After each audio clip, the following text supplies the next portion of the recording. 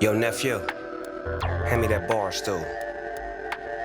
Yeah, give me them headphones. Right there, yeah. Let me get that keyboard. Yeah, turn me up a little bit. Yeah, this for prime time.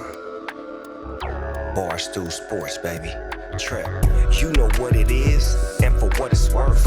You can catch me on the best corner 21st. Prime time, shine time, always in the game, never ever on the sideline. You know what it is, and for what it's worth.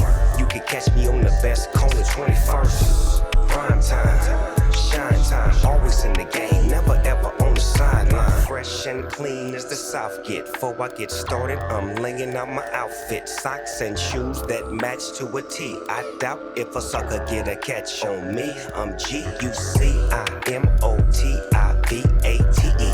Making big plays when you see me on TV. Jamie Dukes riding shotgun, that's what he be. Snoopy D go double G, you make it look so easy. One of a kind, prime time is the GOAT. Hall of Fame gang, man, hand me my coat.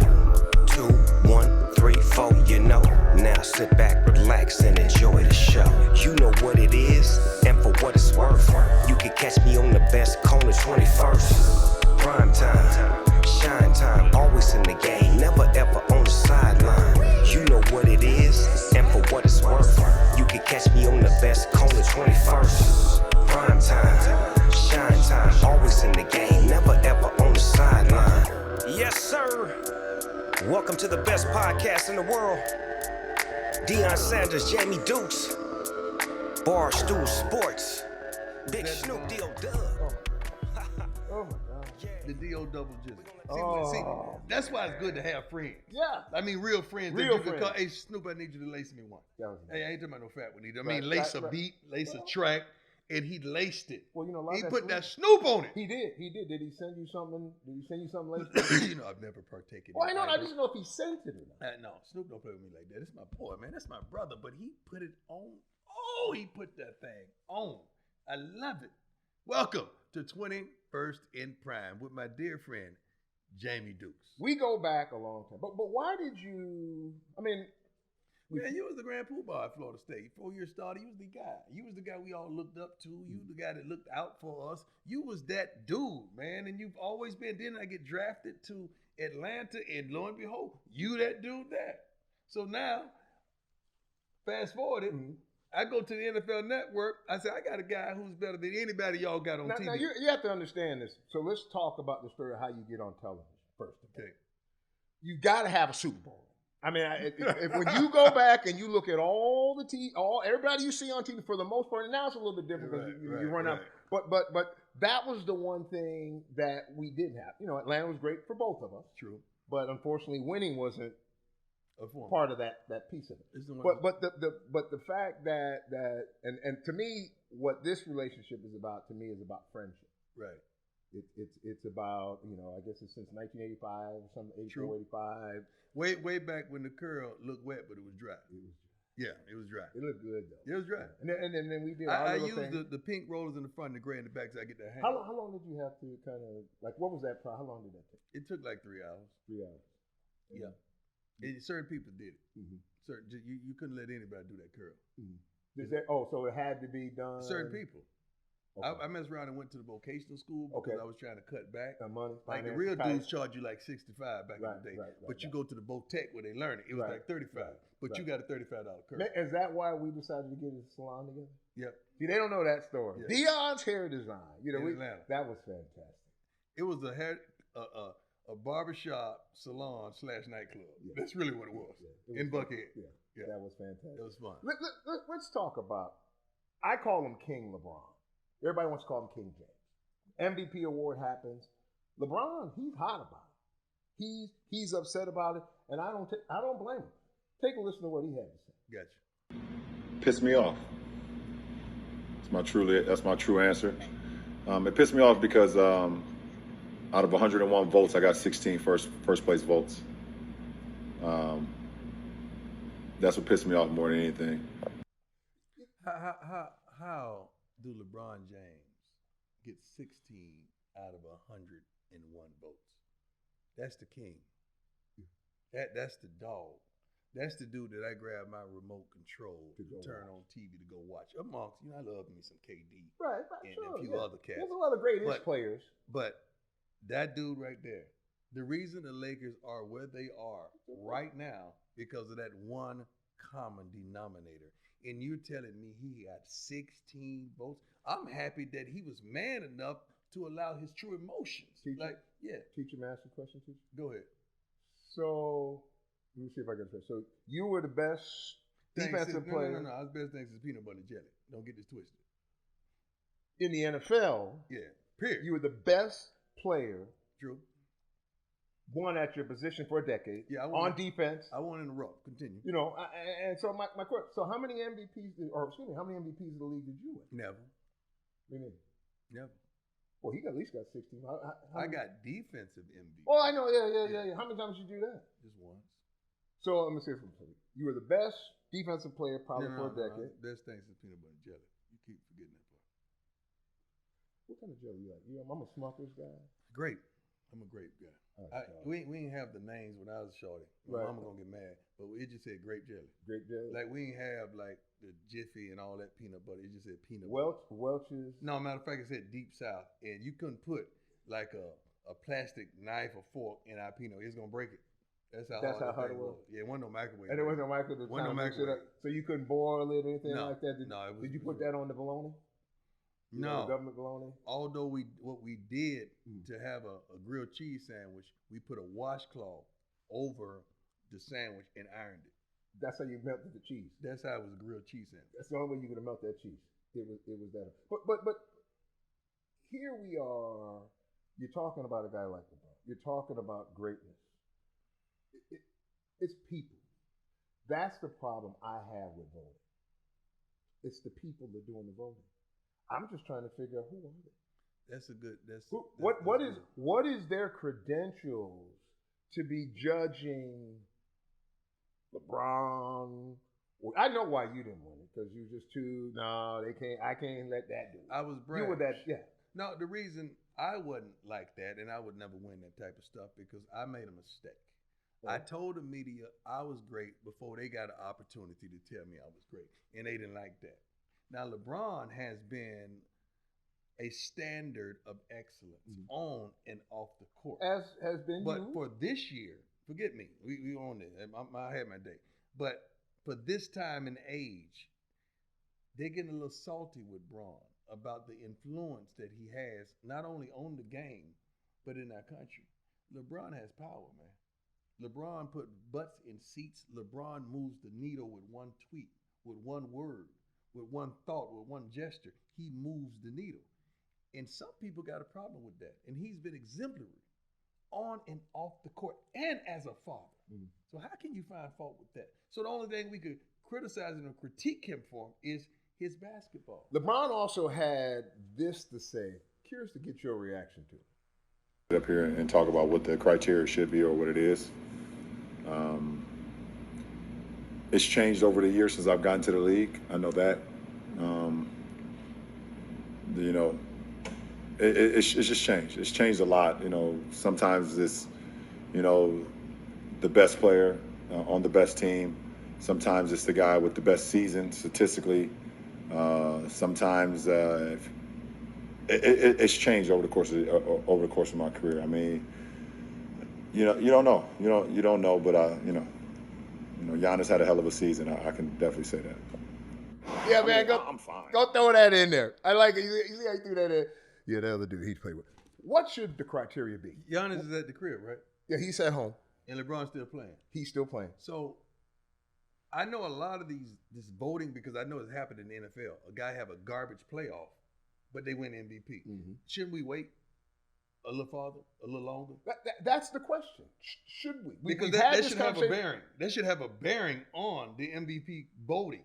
LeBron's still playing. LeBron is the best player in basketball. So how is he? What does the MVP mean? Most valuable person? Most valuable player? Most valuable what? But I guess that's the question. You're a Hall of Famer. In the league, LeBron is the most valuable asset to the NBA. Fair. So how is he not the most valuable player? Fair. What you mean fair? No, I'm just saying it. Yeah, right. I agree. I'm fair saying is not adequate enough for me. Well, I agree like if with it's a church, you can say amen. Amen. Right there. Amen. You wow. know, when the preacher preaches, you say right there. Right. Put okay. your foot on it. Amen. Yeah, give me some of that. Amen. Yeah. Amen. LeBron is LeBron, man. Yeah. This is like. But it's not just LeBron. It's sly hating.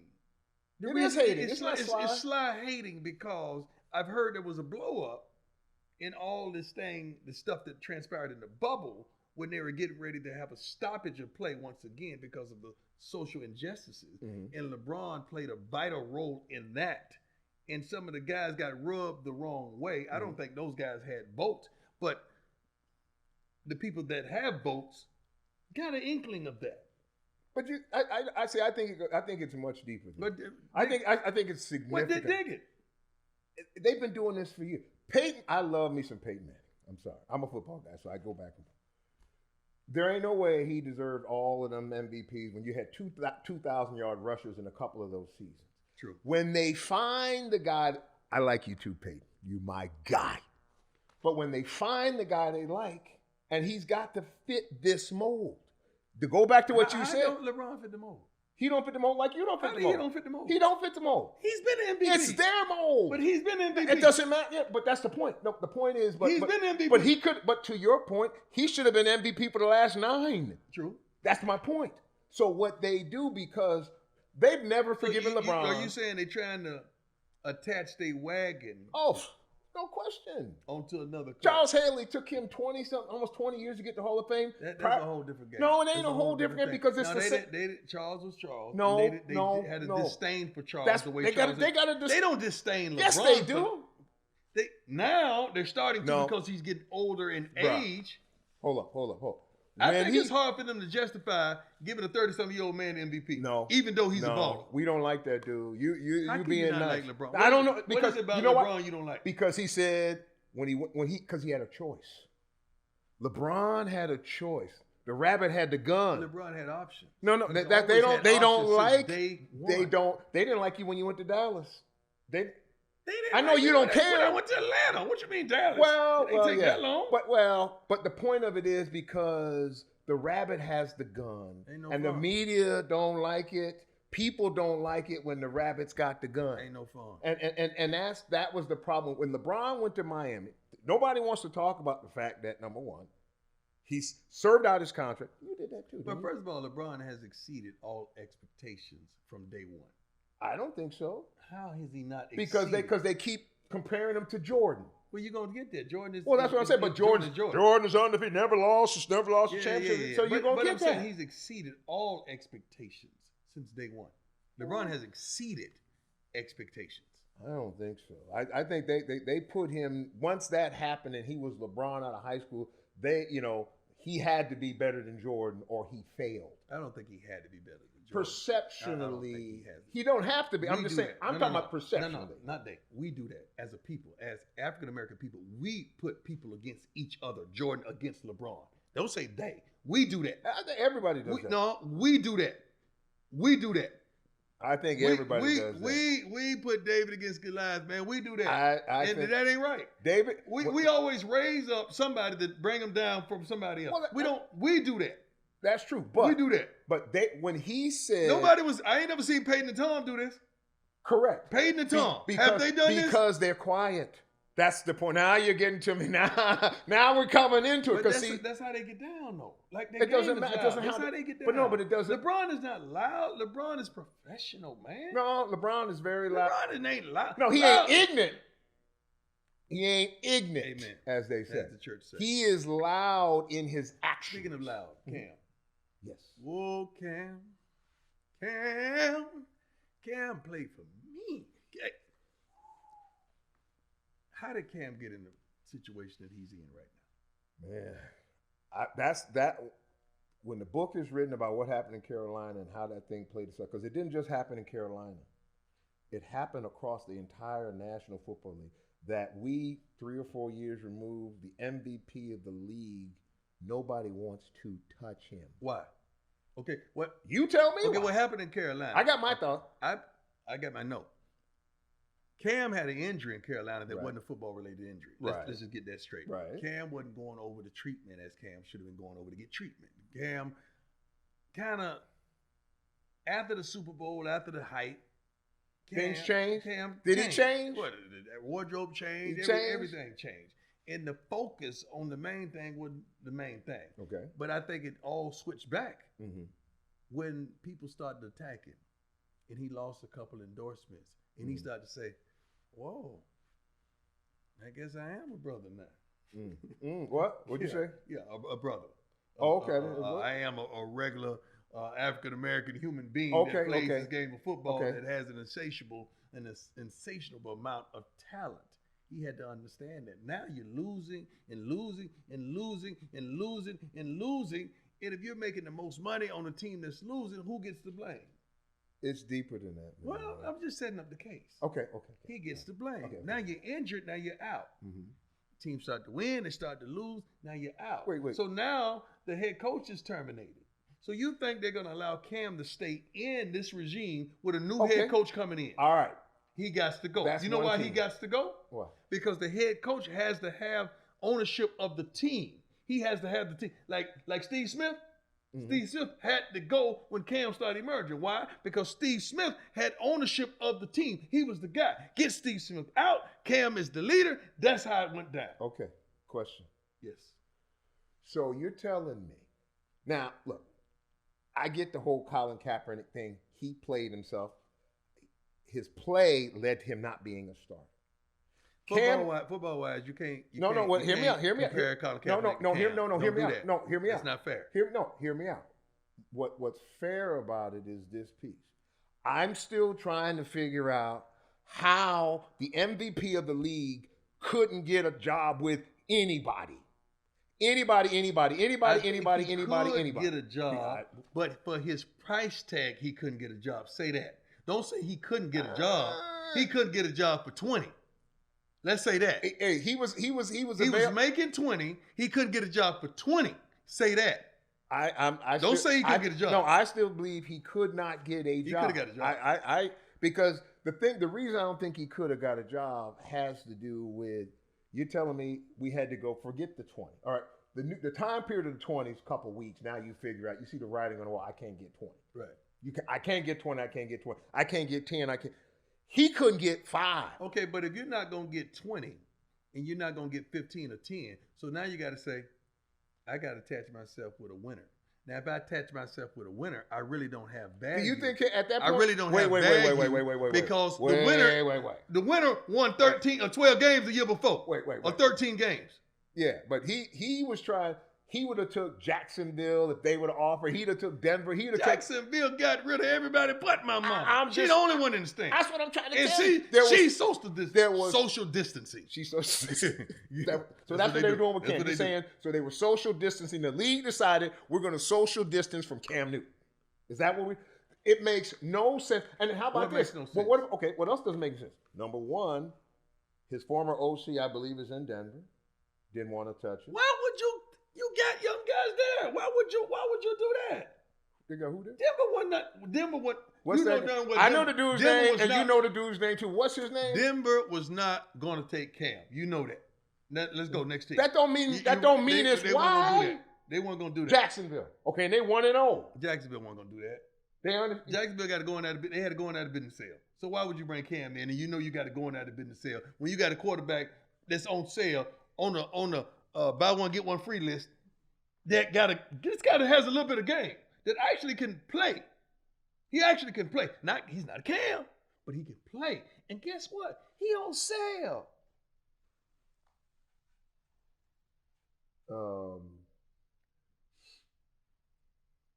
Something don't smell right.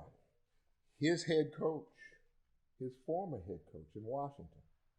You just drafted a rookie.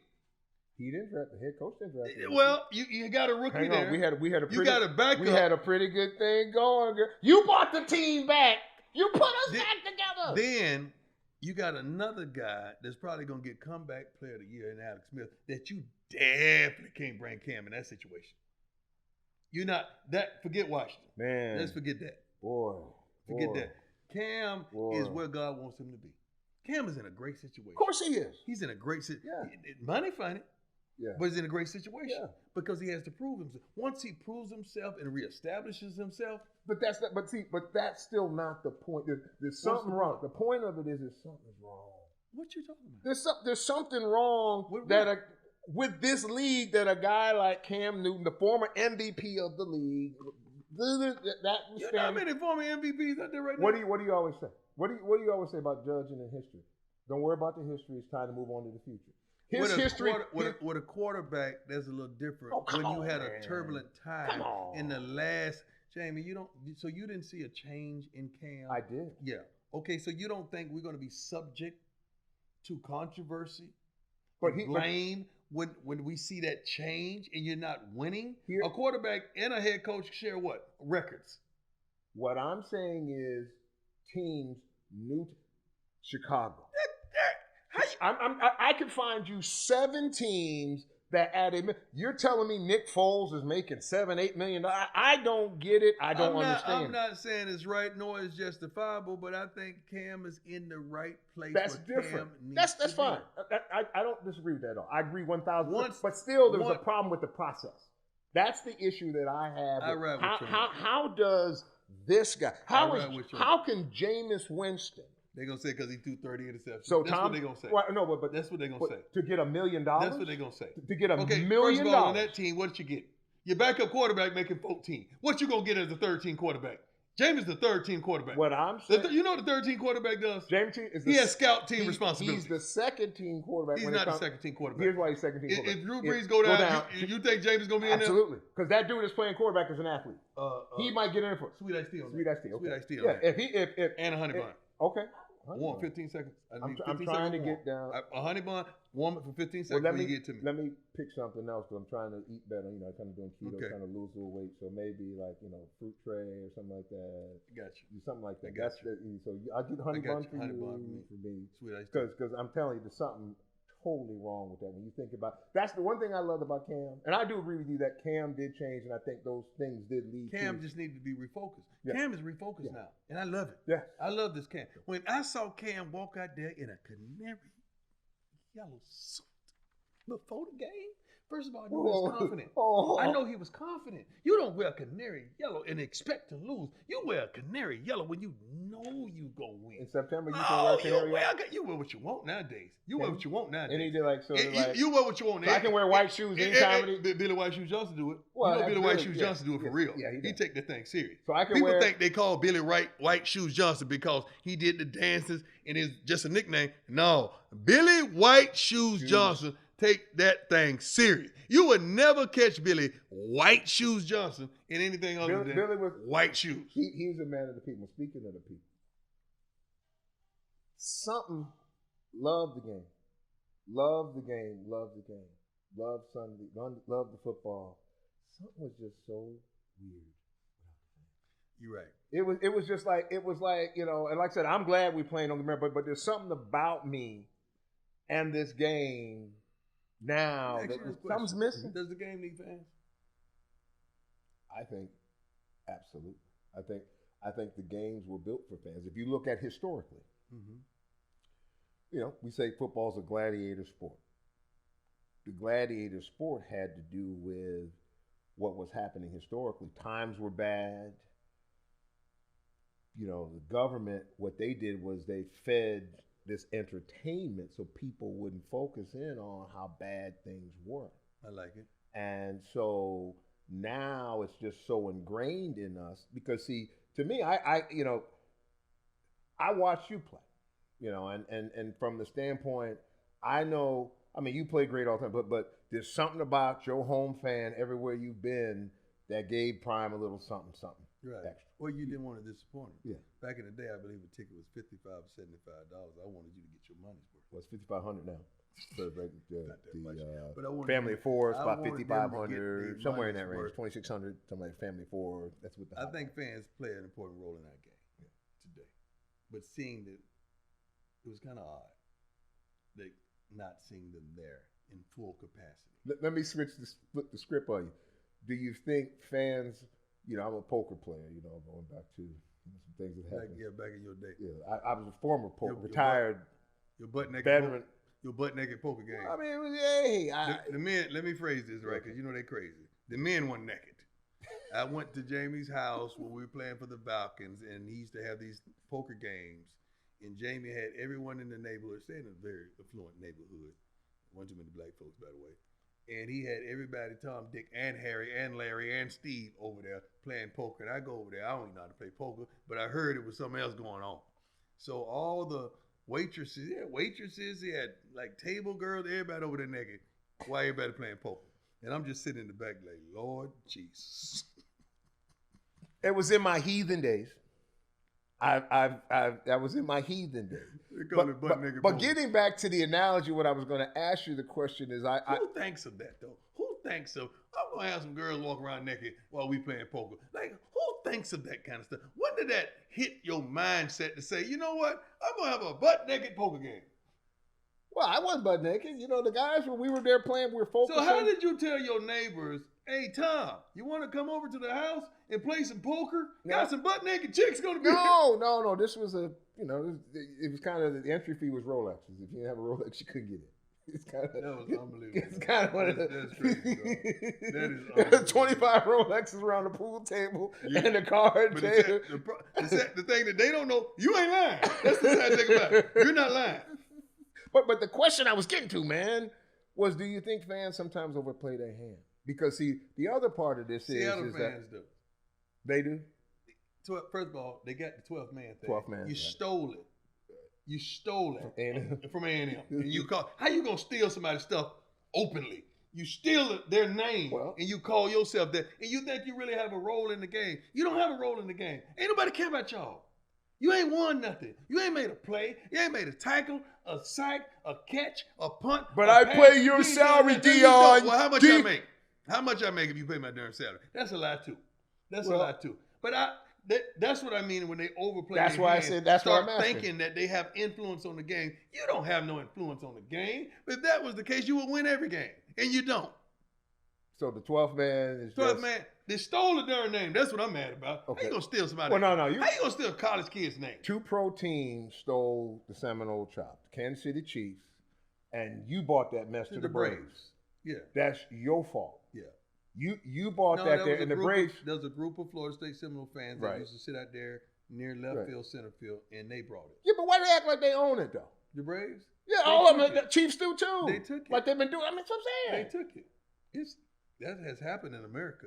People have taken things and taken ownership in things that they try to put like they don't know nothing about. Is this another Black Lives Matter conversation, Deion? Are you going to do that again? No, I'm that not. Black Lives Matter stuff? Cut it out. We've had enough. We've had enough. Barstools, baby, we say we won't. Yes. And we keep it moving. That's right. Barstool Sports, baby. Jamie, we are blessed to have one of my dear friends. I love him to life. I really do. I think he's a genuine man. First of all, he's a heck of an athlete. You may not know that. I do know that. And smart and intelligent. We used to do treadmills in the morning, like at 6 in the morning. He knows that. Yeah. Anyway, man, we're just coming off a phenomenal Super Bowl in an NFL 100 season. And guess what, man? I was a part of that. Commissioner, you did a great job, man. Give me your reflection on last season. Well, hey, Prime and Jamie, it's great to be with you guys. Last season seems like so long ago. It seems like 100 years ago, but it really was a great celebration for us to celebrate our players, the game, so many great moments over those 100 years, the things that make us so special and our foundation that really led to our success. So to me, the 100th was really sort of a capstone and being the commissioner while that 100th anniversary was going on was pretty cool. You were on the field like pre-Super Bowl, and I was sitting in the waiting room. Hey, man, Brett Favre just walked in, Joe Montana, Lawrence Taylor, and they just kept coming and coming, and I was floored. And it really didn't hit me until Devin Hester, the guy that said he looked up to me in college, and we became friends, and he was like a little brother to me. He was like my son, kind of. And to see him in that room, tears came to my eyes. I'm like, oh my God, this is phenomenal. The history that was in that room and on that field, Commissioner, it floored me, man. When you saw all the guys assemble right prior to kickoff, man. How did you feel? It just I was awed myself. I mean, these guys are my heroes. So, I'm looking up to all these guys who, I just loved watching and had the privilege to get to know personally. And, one of the things I talk about all the time that really meant a great deal to me was being able to call these guys to tell them they made the 100th anniversary team. And that moment was great. And I remember Devin, exactly my conversation with him. He was floored by it. And to hear their reaction when they make that, and to your point, I think it hits you when you walk in that room and you see all these other incredible players and incredible men standing around you. That's just that's a once in a lifetime. And by the way, only 100 guys make that. 100. So that's pretty cool. Did you go back and look at the broadcast? Because obviously watching didn't have the tickets this year, but you go back and you watch that, and on TV it was just amazing. I was almost in tears because again, these are so many of my friends, people that I know, and watching it unfold before the world in those red jackets. Did you go back and look and have a moment at all? Yeah, definitely, Jamie, because when you're at the Super Bowl, so much is going on and you're being pulled 5 different ways at once. And I love going back, but that was the moment I actually wanted to go back and watch because, it really was a moment that will never happen again. And, we'll have halftime shows, we'll have a lot of other things, but to see the 100 greatest players standing out there on the field prior to our Super Bowl is just one of those moments that, it'll never go away. And let me congratulate you. And again, and I don't want to, as I saw your comments, and I agree with you, not to jinx anything, but the execution of the National Football League being able to open the doors on time, you would. On time. On time. Yes. Dr. Sills has done an amazing job along with the medical staff of making this happen. Kind of walk us through kind of the whole process and what you had to deal with. I know you dealt with the commissioners and all the other leagues, and you guys have been in a lot of communication, but what was that process like? Well, first of all, you're dealing with uncertainty and that's hard to deal with, right? So none of us really knew how things were going to unfold. The 2 big things that I was focused on is stay on time, that we needed to do everything to change our operation and get things done. People wanted to delay free agency. People wanted to delay the draft. People wanted to delay everything. And my mantra was we have to stay on schedule and we need to be prepared to kick off. And we need to be able to do everything that's necessary in the offseason to get our teams in that place. The other thing was really teamwork. You mentioned Dr. Sills, he's done an incredible job, but, we worked really closely with the NFLPA's medical team. We worked with our medical experts. We worked with our players who were really involved on how we put those protocols together, and our clubs who had to implement those protocols. It's really been a collective effort that I think may be one of the crowning achievements of the league, ultimately, to be able to pull this all together, to get this done in a safe way for our players and coaches and participants, and now our fans. We're the one league that's been able to bring fans into this, and that's going to continue to grow. We're getting more and more fans that will be able to attend games in more and more of our communities. So to me, this is a really it's a powerful moment and a good moment for us. But I will say this: you cannot get comfortable, and on time, prime time. We cannot get comfortable. I like that. Minimal COVID cases. We have canceling the preseason was big. I was praying you did that. You guys did that. But I think your biggest task that it goes so underrated. We've shared the locker room with 52 other men with a bunch of egos with 52. You got 32 billionaires to deal with. How do you deal with 32 billionaires telling them, hey guys, this is what we should do. Trust me on this one. That has to be tough. No, the big thing on this is that nobody likes change, right? Coaches don't like change. Going to the draft and telling them they have to do the draft from home was, that call was rough, because they've never had done that before. And there were all kinds of reasons why we shouldn't do that. But to me, we had to be ready to do that because we didn't know what the circumstances were going to be a few weeks later in our society, in our country, and in our world. And we were going to be prepared to do that. And so our teams did that, and they executed really well on that. And so all of us have a reluctance to change, but to us, we try to embrace that. Our coaches have embraced that. Our owners have embraced that. And more importantly, our players. They've done an incredible job, our players. Well, you know, I have the greatest respect for sitting with two of them. They've done a great job of taking care of themselves, following the protocols, and making sure they take care of one another. You know, the irony of this, if you think about it, you go back and you do the quality control check on the quality of play. I think the play was outstanding. Week one, I've always said kind of week 1, week 2 are still preseason games because guys aren't really playing in the preseason. But I really thought the play on the field was exceptional. You know, it was one of the most pleasant surprises I had from the first weekend. You know, if we look at how we normally look at it, scoring was high, injuries were down, there weren't many fouls across the league. Games were really competitive. You know, we saw a really great first week. And so I would agree with you. Now, how that translates into the future, whether we reduce the number of preseason games in the future, I've always been a big one in believing that we should go down to 3 or 2 preseason games. That will probably impact on us. And we'll learn something from our experience this year that will impact what we're doing going forward. Mr. Commissioner, I would like to introduce you to Coach Prime. Coach Prime. Coach Prime. Yeah. What went through your mind, as you got an understanding of, you know, Deion leaving the network, something going on here, not sure. What were your initial thoughts about that? Well, first, how much pride I have in him, because, you know, he always finds a way to make a difference in people's lives. He spent so much of his life following his playing days of giving back and during his playing days, but giving back by coaching. And, you know, he does a lot with youth football, and he's talked to me about that a lot, and he's changed a lot of kids' lives. And I think that's really extraordinary.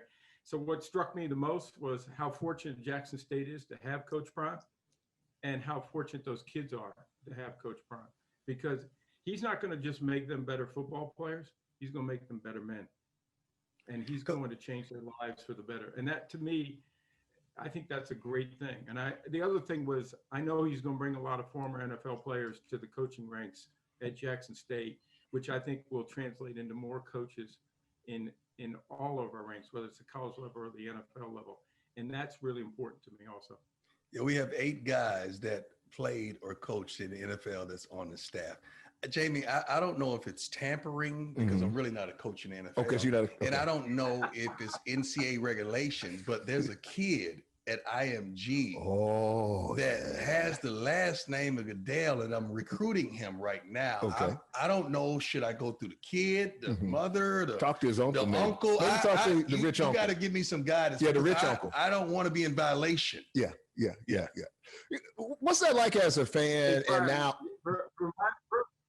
for my nephew Charlie, you got to come through the commish, baby. I got you. I'm going straight to you. Hey, Commissioner, we appreciate you, man. We love you. Thank you. Thank you so much. Hey, Coach, I wish you all the best, man. We'll be rooting for Jackson State all along, and you. So good luck. Amen. JSU, I believe, baby. One of a kind, prime time is the GOAT. JB, we're being blessed with, I'm not going to even say arguably, my favorite owner. Okay. I've had 5 owners, 5 football, 4 baseball. But this guy right here, Jerry Jones, exceeds them all. And let me tell you my best Jerry Jones moment. Okay. We were in Arizona. I don't even know if he knows this. And everybody comes up short for Super Bowl tickets. So I'm like, hey, if anybody got Super Bowl tickets, I know the boss got some Super Bowl tickets. And I went to his suite. And I didn't see the owner then, Jerry Jones. I didn't see the billionaire. I saw granddad and the father in shorts, playing with the grandkids, having a great time, because we getting ready to play in the largest sporting event in the world, Super Bowl. And that's the guy I saw. That's the guy I know. That's the guy I love. And I have yet to see any teammate of mine or anyone who ever played for Jerry Jones say anything negative about him. And that's why I love him. Straight up. Well, Deion, that not only makes me feel good, I'll be quick.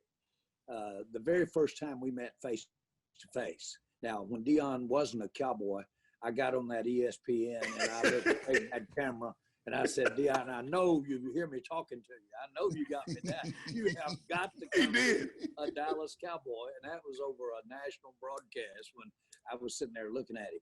But I finally did come the time to get to see him when he came in to make our agreement. And I said, where is he? And they said, well, he's down in the locker room. And of course, nobody was there. The stadium was empty from fans. I go down there, and there Deion was with his little boy. Same kind of story. And man, everybody was excited, and here the Cowboys and Deion were going to get together and all that kind of stuff. And he spent, what he did was around that locker room playing with that kid. We all understand being a daddy, but he too. So maybe birds of a feather flock together when it comes to young kids now. We both got a soft spot there. Let me throw the bouquet to you from an outside perspective. You know, the Cowboys, first of all, you know, they called me. You didn't have the team at the time, but they called me and said they were going to draft me. Then they drafted my best friend. I'm going to let that go. But I always tell people that if the story of the NFL is written, if there's 10 names called, Jerry Jones' name better be one of them. Has to be. Because it's not about you as much as about owning the Cowboys, but it was about taking the National Football League into the new economic age. Back, if you can remember back in that time, because you started, by the way, the show sponsored by Pepsi. And you brought Pepsi to the table. What was that whole process like when you decided, I know there's something here I can do something with? Walk us through that, if you would, please. Well, I'll be real quick. When I bought the Cowboys, they were losing $1 million of cash a month. Cash. Wow. That's what they were losing. I bought 15% of them from the federal government. They had been foreclosed on. They were then bought by the federal government, and then I had to buy it from the federal government. Wow. In addition to that, over 40% of it, the control of it, and for all purposes, was going to the courthouse in about 10 days when I shook hands and agreed to buy them. The Cowboys weren't working financially, but nobody else was working either. Sports in general was a hobby. And then when the rough days came, COVID type stuff, boy, when that stuff came in and it hit Dallas, and not COVID, but the economic equivalent of it, all the banks went broke, all the buildings were half empty, ones that were built had been stopped, weren't built, stopped construction. It's a bad time.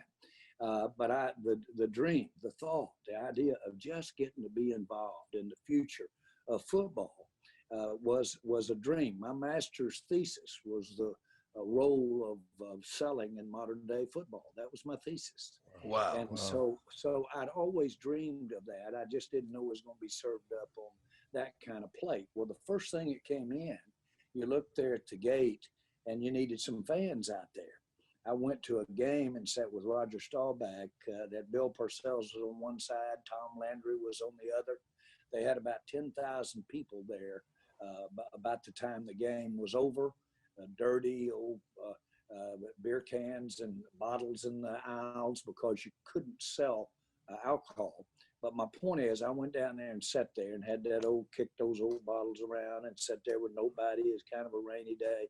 And I said, if I give them all my money, and I did, if I give them all my money, can I live with this? Can I sit out here with no fans? Could I make this go until I can get my feet on it? And I said, hell yes, I can do this. Let's go.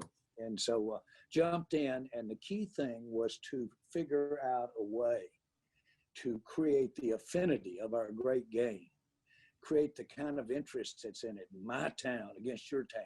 How could we take that and obviously sell tickets, obviously get out there and do a television when we could show them why they had to have us.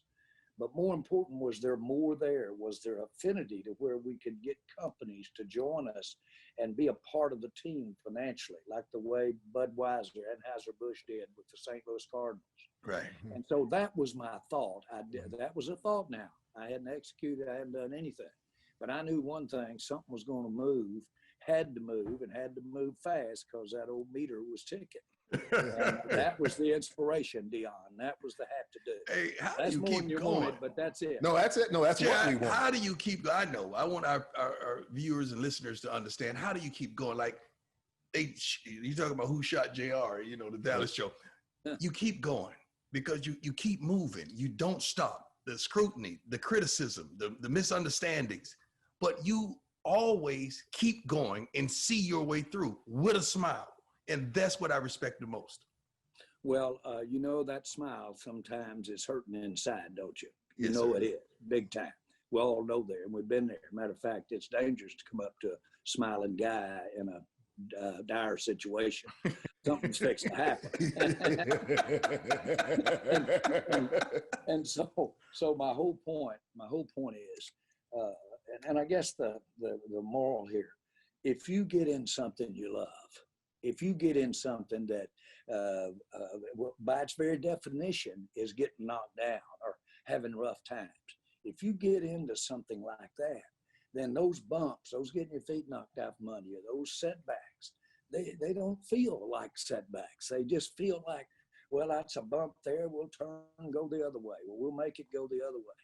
I don't believe that anybody's smart enough to make over 50% of the decisions right. I don't believe anybody's smarter to beat that than 50-50.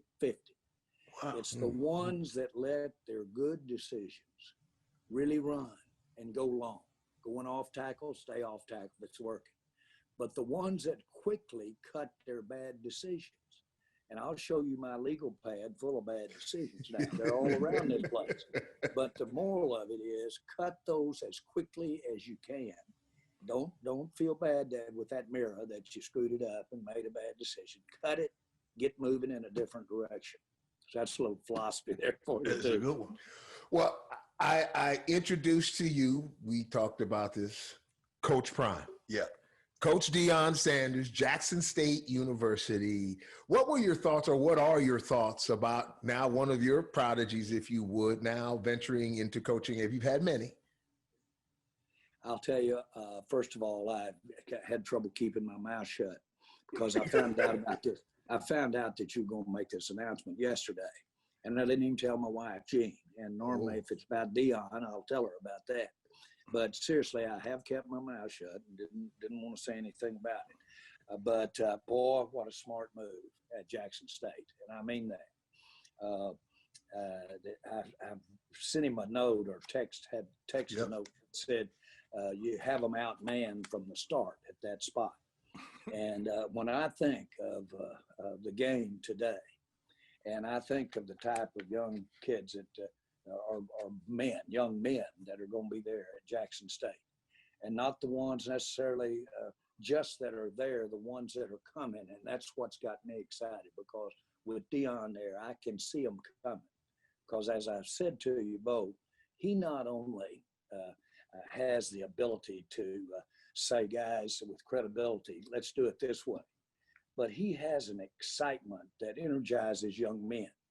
And it does. It energized me from the get-go. And it makes you want to do more than you otherwise could. To not go back too much. I was maybe a B+, B, whatever you want to call it, B-, when I got in the NFL. I was kind of proud that I'd gotten in, but I didn't realize that the game itself, NFL, hanging with a guy like Deion Sanders, being around him, rubbing elbows, doing those kinds of things. I didn't realize that would make me and inspire me, make me do things that I could never dare to dream about doing. And I'd try one, be like him setting a receiver up and stepping in front of that thing and going 80 yards. I'd try it. Hold it up. Yeah, I'd try it. Hold it up. Yeah, I'd try it, and I'd say, God, that worked. I'm going to do that some more. Well, that type of inspiration, Deion, that you have, and I'm saying it, a lot of times it's hard when you look in that mirror and got so many challenges that we all have. Mm-hmm. But, boy, you do have that, and I know those young men are going to get use that and give what you give them and take that and be better players for it. He'll make them better than they would have been going someplace else. Well, I appreciate it. And speaking of better, the Dallas Cowboys. Oh my God, I'm excited. But the question is Dak gonna ever get paid, boss? Let me say this: you and I both know there's never a question, was he going to get paid? It's, There you go. he told me one time, how much? How much? I knew that was going to be the answer. I knew that was going to be the answer. You're so bad at asking the first part of the sentence and then not going on with the second. No, seriously, I asked Deion. We did a deal that was a lot of fun for both of us.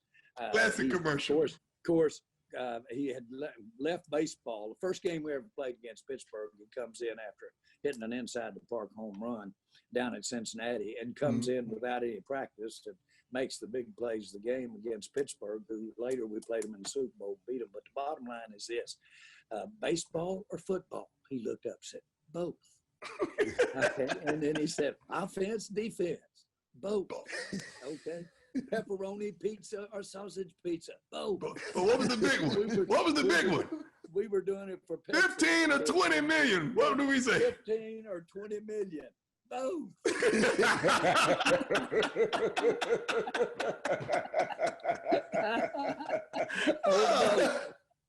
Hey, please tell Gene we love her, appreciate it. I miss you guys, man. I really do. Well, I can't tell you what an honor it is to be on this right after this big announcement for you. You've had and are special, and you're gonna have a lot of young people benefit from that. I mean it. It's a great move. Well, I appreciate you, Jerry. Thank you, sir. Thank you. Always Jamie. a pleasure. Always a pleasure. Barstool Sports, baby. By the way, this show is powered by our friends. You know, one of the things I loved about going to your house in Plano, Texas. Remember the house in Plano, Texas? Right. You know, I've seen a lot of stuff, seen a lot of cool things. The thing that I thought was the coolest has to do with who our sponsor is for our show. It's Pepsi. He was the first guy that I'd ever seen. It wasn't what was parked in the garage, and there was a Lamborghini there. He had a Pepsi machine. That was a hood dream. A Pepsi machine. Man, that was a hood dream. Who had? Okay, look, I'm listening. I want to get. I want a Pepsi I want to get machine. the car. Yeah, I want to get Porsche. And I want you to fill it Lambo. up every couple of weeks. Right. I was a true Pepsi drinker. Yeah. I don't know if you can recall. When I was on David Letterman, they tricked me into a taste test. Okay. I just signed a huge deal with Pepsi, and they tricked me into a taste test. And lo and behold, if I didn't know my drink, if I didn't know my drink, I'm sorry, that I know my drink, it would have been a disaster.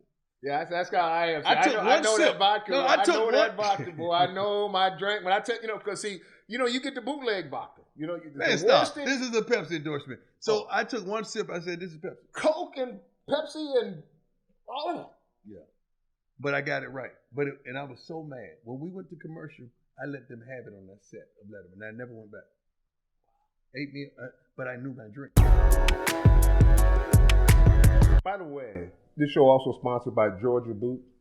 And I got to tell you, both of us spent some time in Georgia. And let me tell you some of the wonderful things about Georgia Boot. It's the world's most comfortable boot. You know I love boots. I know. I love Dallas, Texas. Yep. Yep. But the beauty of their boots is it's not just for the prime times of the world. It's also for regular working folks. I'm a regular working folk. What you mean? I know you're a coach now, so you. But I'm regular working folk too. What kind of regular are you? I cut the grass. I do all kind of stuff around here. What you mean? You mean on the track? Yeah. I don't drive the big track. I drive the little track. Okay. And I wear my boots because I'm in the country. Well, I know you wear your boots now. Country brat. Yeah. I know you wear your boots. Georgia boot. You know what I want them to try to do for me? I want them to try to make a boot for me with a tennis shoe bottom. Wouldn't that be cold? I like the regular boots. They do a great job. Man. Don't get me wrong. Oh yeah, beautiful boots. Beautiful. Yeah, I comfortable. Like Comfortable. Big man, you need a little cushion for the pushing that's going down on. By the way, what kind of pushing you talking about? Well, let me finish this right here. Yeah. Log on to GeorgiaBoot.com, and there's a very special offer we're doing right now. Come on. Put in the code PRIME and guess how much they get off of a discount. I got a funny feeling it's going to be 21%. 21%. How did I know that? Log on to GeorgiaBoot.com. Yeah, this for prime time. 21st and Prime. Save the best. The best. The best. The best. The entree. Uh-huh. The entree, the steak and lobster Yeah. for last. Mm-hmm. Joining us now, Thomas Huston, Esquire, sir. Is that all right? That's right. That's all right. That's all right. And Ashley Robinson, who's the athletic director. Mr. Hudson is actually president of Jackson State University and athletic director. I just got to know, how did this happen? I mean, how does Coach Prime actually happen? Man, look, it was just the grace of God. It was a lot of hard work. And really the brand of JSU being able to match the brand of somebody like Coach Prime. These things just come together. They come together. They come together because you have good people like A.D. Robinson over here. We have great alumni, prominent alumni who look out for us. And we're just so very fortunate to really be in this space and to have a man like this joining us. Mr. Robinson, I will ask you this because as athletic director, you know, this all kind of flows into your house. Right. See, we got science and biology. He'll go run over there to the biology department if necessary. But talk about what this means for the athletic program. It's very big for Jackson State University. Not only for Jackson State University, this is very big for the country right now. Very big for the state of Mississippi. I mean, Coach Prime to Jackson State University, the Blue Blood program, you know, full of Hall of Famers. I mean, it's just a great time, and I'm just excited. I hadn't slept yet. I don't think I am going to sleep. Hey, but I'm excited. And I, want to thank Coach Prime, thank President Hudson, and it shows the support we have in the alumni base. I want to thank our alumni, and most important, I want to thank our student athletes because that's what we do every day, and that's why we do what we do for our students. Excuse me, sir. I'm sorry. Okay, I'm sorry. I apologize. So let me see if I get it. So Hall of Fame's career. I don't know if that's a phrase or not. College and some other stuff, and then the pro fame career. That could have been enough. You've coached kids, and I know more about the truth and that now high school. Why college? Why not? Isn't this the time? Yeah. Isn't this the moment? Isn't this what's needed? And to match, like our president eloquently said, it's a match made in heaven. This is a God move. When they pulled up today, I said, for me to leave this, it has to be God. That's right. And Jamie, a lot of people gonna say why, but honestly, man, I've been offered pro jobs, so people know. I could be an assistant in any college, and head coach at any college, but such a time as this, God called me to Jackson State. And me to these men. And I was like, I don't know for sure. But when we met, man, we had dinner at your home. All right. And just the rhythm, just the respect, just the love, the passion that they showed me, the understanding of the timing and the times. That was it. It had nothing to do with money, man. It had nothing to do with prestige, notoriety. It had everything to do with their spirits in the time.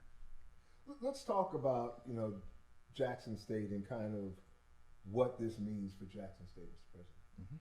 It means a lot to us. It really means a lot to us. With everything that's going on in the country, you hear a lot about HBCUs. You hear a lot about people really taking a second look at HBCUs. You've even had a lot of people giving donations to HBCUs, but this is more than that. This is someone who is willing to give their time and their space and really be in the space of an HBCU and be in Jackson State space. Somebody who wants to, engage with our students, wants to encourage our students, be a part of our alumni, just really be a part of the JSU family. And that means a lot. That really means a lot. So it means a whole lot to the school just to have this person in our presence and to really be an integral part of the JSU family. And we're really, really excited about that. Mr. Robinson, there is obviously as being the tip of the spear in the athletic department. Right. And, and the science professor, the dean of the biology department, they're not like coaches. And managing I'll just call it this, managing the ego of a coach. How did the athletic department and the other coaches, how embracive and how did that whole scenario play itself out? Very embracive. I had a Zoom call with my head coaches, a private Zoom call on Thursday to make this announcement because I knew that things was going to get out and I wanted to be the first to let my coaches know. But I'm a little different. I tell a lot of people I'm a different type of AD. I'm a type of AD. I'm more of a supportive AD. I give my coaches what they need to be successful. That's what it's all about. I don't walk around with a shirt and tie on. Some days I'm gonna have a polo and slacks on because I got to get out there with my coaches and get it done. And that's what it's all about. It's not about egos. It's not about who managing who. It's not about control. Oh, who's going to control who? We're going to work together. It's all about teamwork. That's with your coaches. That's with your administration. My administration, no, you can't work for me unless you're going to support my coaches or support my student athletes. And that's what it's all about. What we do is about our students. Every decision I make is about my student athletes. And at the end of the day, that's what Jackson State University is about. That's what's coming together as a team is about. And that's what Coach Prime is about. And there's no better person in this country. At this time, at this present time, and everybody asks the question like, "There's no way you're gonna pull that off. There's no way you're gonna pull that off." But why, that's all. That's all. The question. That's all you. That's what I'm tripping about. Why don't we think that we're good enough for one another as a people? You know, why would someone say there's no way you could pull that off? It's kind of like the slogan of the athletic department. Building on traditions, blazing new trails. And let me tell you, he's like this all the time. Now, this is not just for the show. He's like this all the time. This enthusiastic, this passionate. But it's really about people not understanding. Jackson State has a tradition. That's right. Unmatched tradition. But to get Walter Payton, right? Walter Payton, Robert Brazile. But to get to where we want to be, you have to build on that tradition, but you have to do something different. Yeah. You have to do something new. This was something out of the realm of what anyone was thinking. This is well beyond what anyone was expecting when we talk about getting Jackson State back to where it belongs and back where it should be and going beyond that. So what really you're dealing with and what we're really talking about when you see that fear, it's just a little apprehensiveness. How are we going to get it back? We can't do it the way we used to do it. But we can build on that tradition, we can build on that brand and do it a different kind of way. But it was a type of fear that it was almost like one of us didn't have equality with the other. Right. That's the thing that I don't comprehend as a people. Like, shouldn't we want to go there to help our brother to lift us up? Those gentlemen that you mentioned, those Hall of Famers. I was honored, man, to pick up the phone and to call those guys. Including Eddie Payton. Well, don't gloss over that. Let's talk about the process, though, because it's interesting what you had to do to So what does Coach Prime do coming into a new situation? Take a minute. But Coach Prime is Coach Prime. This is what I've been doing my whole life, man. I've been called to take things to another level, to charge, to challenge, to convict, to engage, to love, to chastise, to just try to take things to another level. What did we do when we came to Atlanta? Only reason I went to Atlanta was what? It was a bad situation. It was time for us to take it to another level. Same thing with Frisco, same thing with Dallas. Everywhere I've gone, same thing with the high school, 3 championships later. It's everything I've been called to is to take it to yet another level. And what God is calling me to now, man, I'm ecstatic. It's my people. Jamie, it's my people that I get to touch.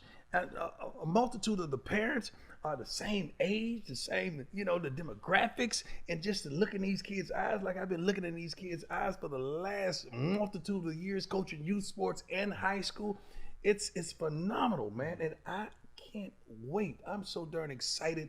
I cannot wait to touch that grass, man. I can't wait to put that whistle in my mouth. I can't wait to start drawing up plays. I can't wait to start to have this relationship, to understand what are your wants. What is your desires. Who is Deion Sanders, Coach Prime, looking for?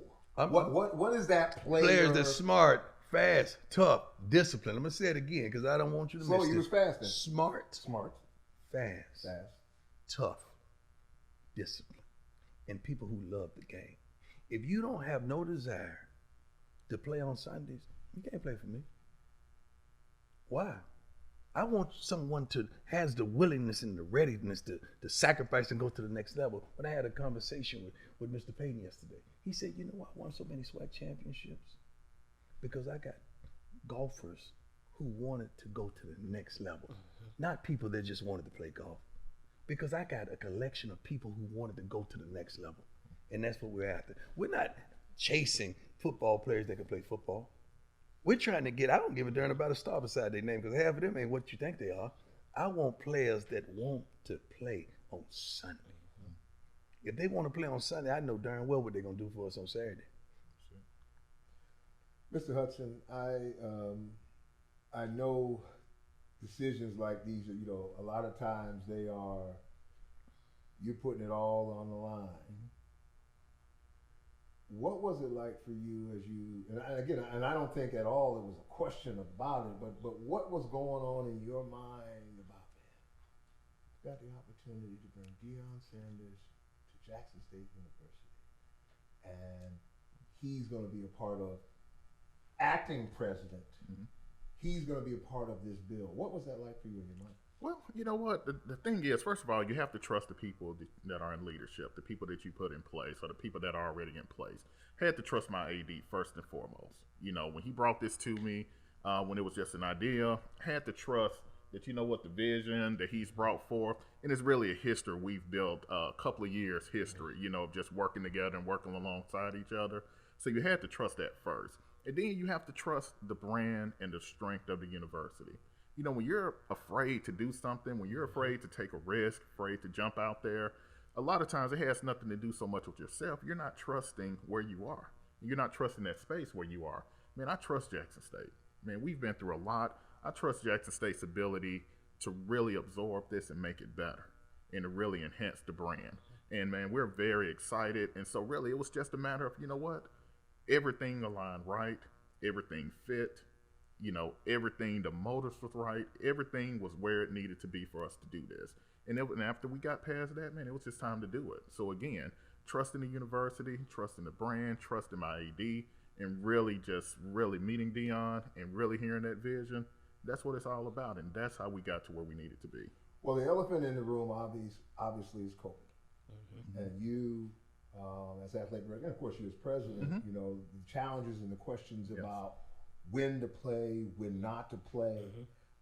You know, what goes through your mind, and what is the plan of how we move forward? Spring, you know, I know you're going to be moving in there, getting the actions. You know, I know that's a process. We'll talk about that too. But what was that? What's that like, and what's that decision making like in real time?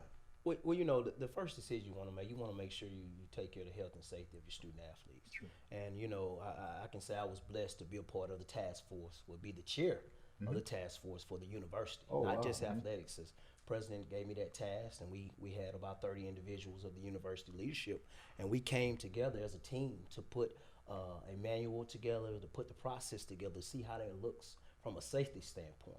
And we put a lot of things together. You know, we have a president that really put some resources together to help us out. I mean, we spend about 15 to 20 million on COVID-19. On Prime. I know. You know? I just said. No.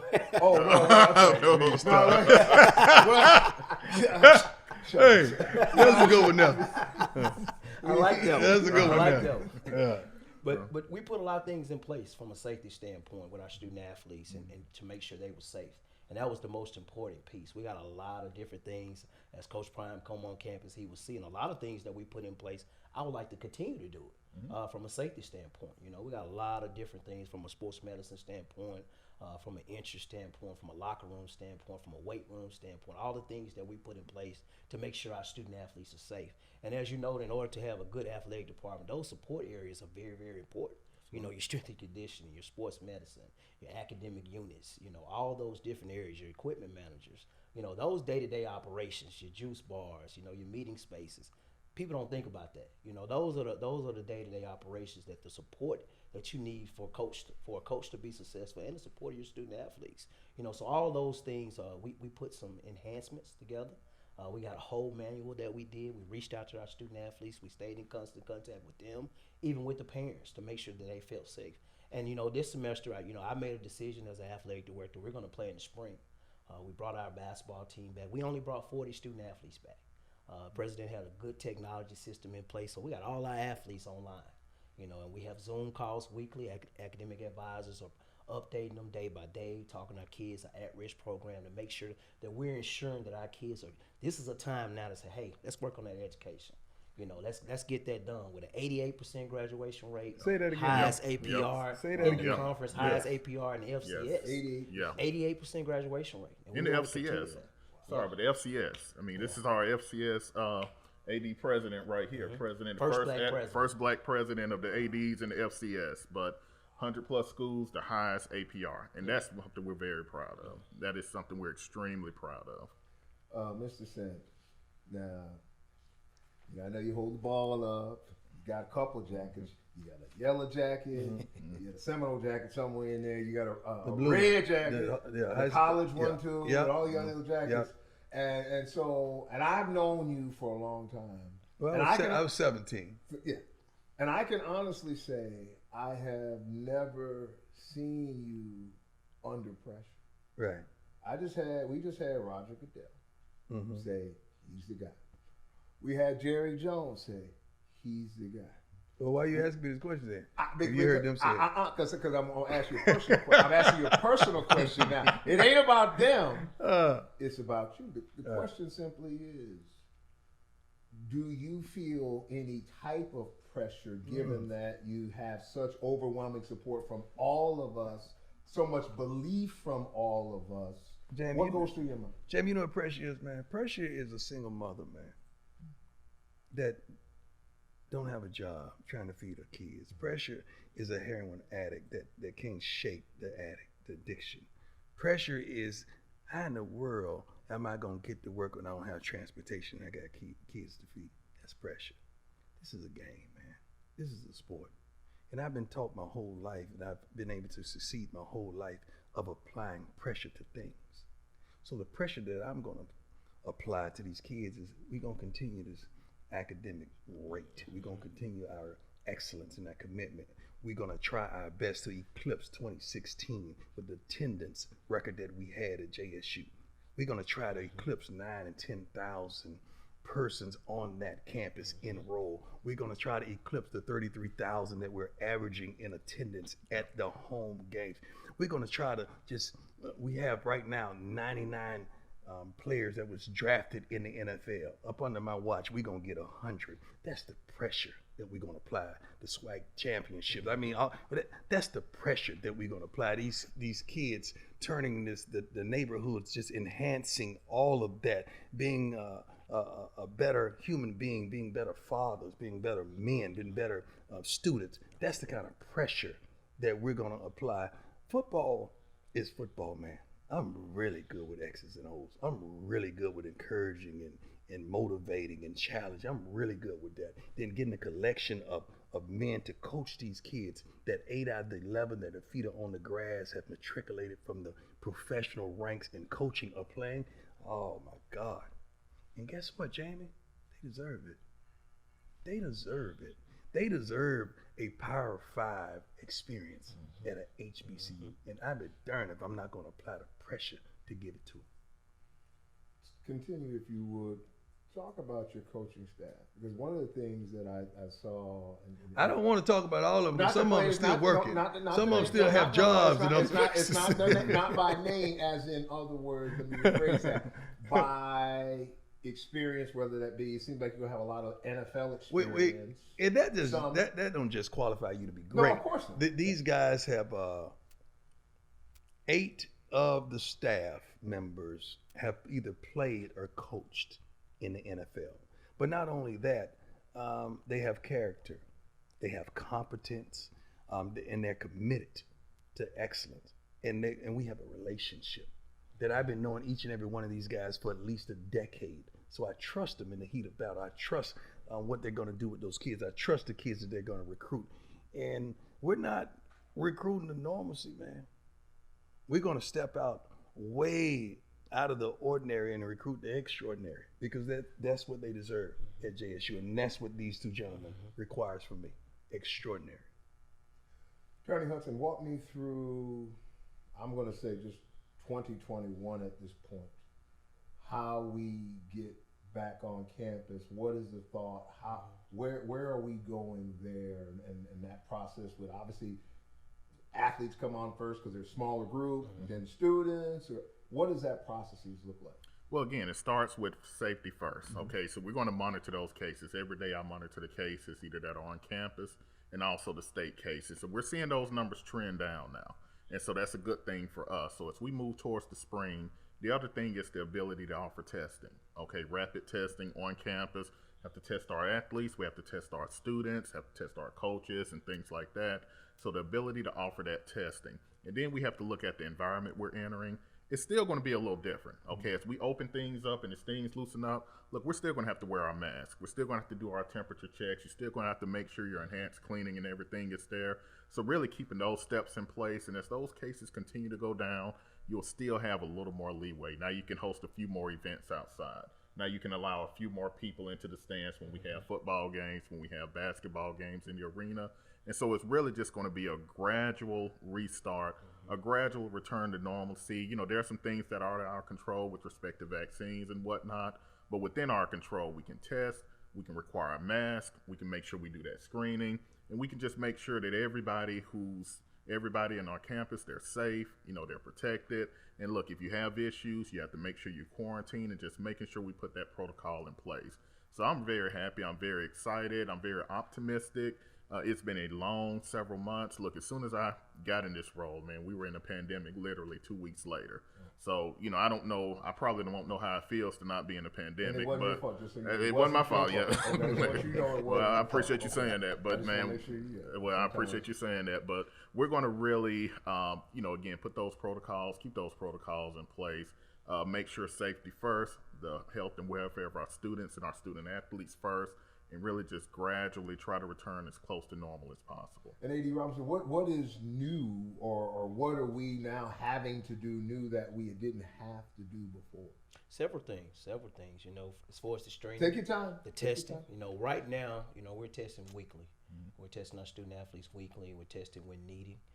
Quarantine space, you know, making sure we put them, you know, we have, what you say, a bubble on Deion campus. didn't like the dorms. I'm going to let you know right now. He couldn't wait to get off campus. Right. No, clarify that. Not JSU. You talk about Florida State. Please clarify that. Right.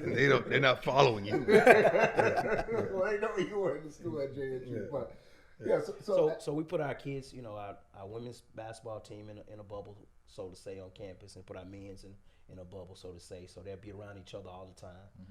You know, we required, you know, certain things for them to do and interests for them to go on. And then we provided, you know, masks for them 7 days a week. The gaiters to work out in. We did a lot of humidifiers, ventilation systems, you know, a lot of airflow. That's very important as they work out daily. But we still require them to do what they need to do on and off the court as a student athlete. And I think this experience is an educational point. You know, it really teaches them how to be safety on a day-to-day basis. And some of this stuff, like I said, we're going to continue to do it. I think it enhances our program. I'm always looking to enhance. I'm always looking to grow. You know, look to my right. I'm always look to grow, you know, and some of the things that, you know, with Coach Prime and just having a conversation with him day one, I knew he was the guy. You know, I went to my president. I didn't have an appointment. I said, I got to get in the door. I need to talk to him. He's like, man, what's going on? I said, look, I need to talk to you. He's like, man, come on. I said, I need to talk to you. Just give me a minute. I said, it's 4:45, 5 o'clock. I mean, we stay in the office at 7, 8 that evening. And I'm sitting there telling him, look, we got to get this done. If we're going to take Jackson State to another level, what I know we can be done, we talk about build on tradition and blazing new trails. You know, we're going to build on the tradition we have, but we're going to make it better. We're going to do some exciting things together. And I'm always looking about enhancement. I'm always looking to grow. You know, if you stay the same, we win a championship, we still going to continue to grow. That's right. You still got to enhance your program. You know, a lot of programs, you know, you start winning championships and you start saying, okay, we can just stay. Everybody else is growing. And we're going to continue to grow. And that's what I'm about. Continue to grow, continue to be that supporter. You know, that's what it's about. Working together as a team. You know, coming together as a team so we can get things done. And it's just exciting. Jamie, these guys have been unbelievable. And I'm not saying that because we're on camera. You know, I've told you that off camera. It's not the $15 million that you... I wish. That day coming, though. That day coming. I wouldn't accept that if it was. He said $15 million. I heard $15 million. Now you gonna act like you did back. It has been tremendous in anything that I've said. You know, let's think about this. Cool. Let's think about this. Cool. I mean, and they thought it through it, and they come back with better ideas as well. Let's stop right there. Let's not everything. Let's give me some of the. Let's think about this. That I know your program, and I know some of the things you do. Okay, something as simplistic as Coach, Power Fives, man, they practice in the morning. They practice in the morning. You know, I like to get it in, get it out. Let's get it over with. Let's work hard. Then let's get the kids back on campus to class. Seek early. What did they say? We can make that happen. Little things like that. Let's figure out how we're gonna feed them first thing in the morning because they're gonna have to be reported 6:30 a.m. Let's make sure we'll handle that. It's been looked at. Hey, when we travel, I want red coats, blue slacks. I want all the JSU colors. You know, we get some red Under Armour shoes or whatever. Let's make it happen. So it's those progressive type of things. I want to involve so many people in the community. I want to meet with the pastors when I get there because we have some kids that have some special needs, you know, some mental health issues, and I don't just necessarily believe in 100% doing it this way. We got to get some spiritual help too. Let's do it. It's so many things like that they're able to say, you know what, let's go for it, because the commonality is about the kids. As long as it's about the kids, we good. It's gonna never be about me, about them. It's gonna be about the kids, and that's the commonality that we share. It's about the kids, and we're gonna keep it that way. And we want to pull in the community. It's no way that we could be successful without the community involvement in some of the alumni and the boosters and just everybody involved. It's no way we can make this happen. It has to be a collective effort. And when I look up there in those stands, I cannot wait to the first darn game. I want to see a sea of blue and red and white, what I believe. Because this is a true vision, man, that unless we all collectively believe, it won't work. And we got to believe. Well, we want to thank you all for coming. And we know this is just the beginning of that journey. And so we're going to go down to campus next week. Yeah. In a couple days. And we're gonna test it all out. We're gonna kick the tires, and we're gonna make sure that we're gonna see what we see. But I can tell you now, as a friend, a longtime friend, and speaking personally now, is that you've met him, but you have no idea still what you're getting, the type of man that you're getting. You have no idea, in my opinion, the resources that will come to bear. And talking to Roger Goodell, the things that the NFL is going to do, because they recognize through diversity and inclusion the importance of the foundation of the HBCUs and what role it has played in the National Football League and the other leagues as well. And so I say to you that you have a great, precious jewel, and you take care of that jewel because he's a gift to the world. Many people see prime time and blah blah blah blah blah. And yeah, this is really nice. But the point of it is that he's a good man. Everything, you're not gonna find anything under the sheets. You're not gonna find anything anywhere else. What you see is what you get. And the truth of the matter is, he likes y'all. He cares about the kids. That's the only thing he cares about. Yeah. Anything else you'd like to say before we say? Ashley hooked up with compliance last week to make sure I stay on point. Okay. But I just want to make sure I'm on point to let everyone know we coming to get them. Like the dogs, we want dogs. We coming to get them.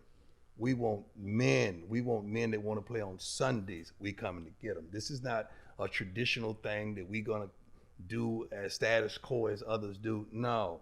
If you good enough to play at Alabama, you good enough to play at Jackson. If you good enough to play at any of the state colleges, you good enough to play at Jackson. We are looking for dogs. We're not looking for leftovers or left outs. We looking for dogs, and we gonna get them. You heard it right there. That's going to do it. We appreciate you joining us on the corner of 21st and Prime. Next week we go Mississippi. In my cricket letter. Yes. We out.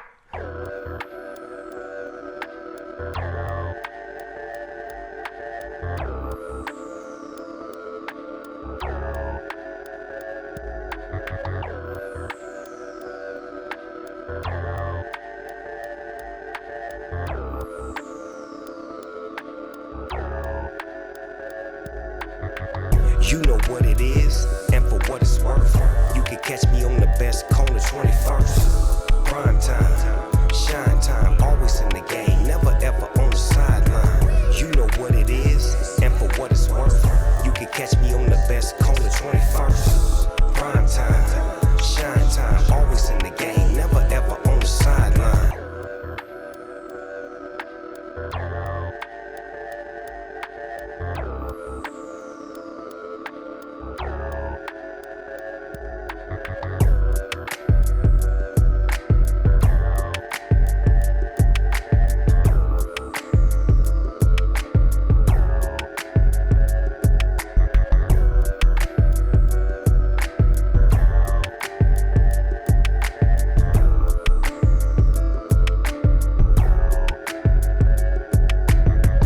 You know what it is, and for what it's worth. You can catch me on the best corner 21st. Prime time, shine time, always in the game, never ever on the sideline. You know what it is, and for what it's worth. You can catch me on the best corner 21st. Prime time, shine time, always in the game, never ever on the sideline.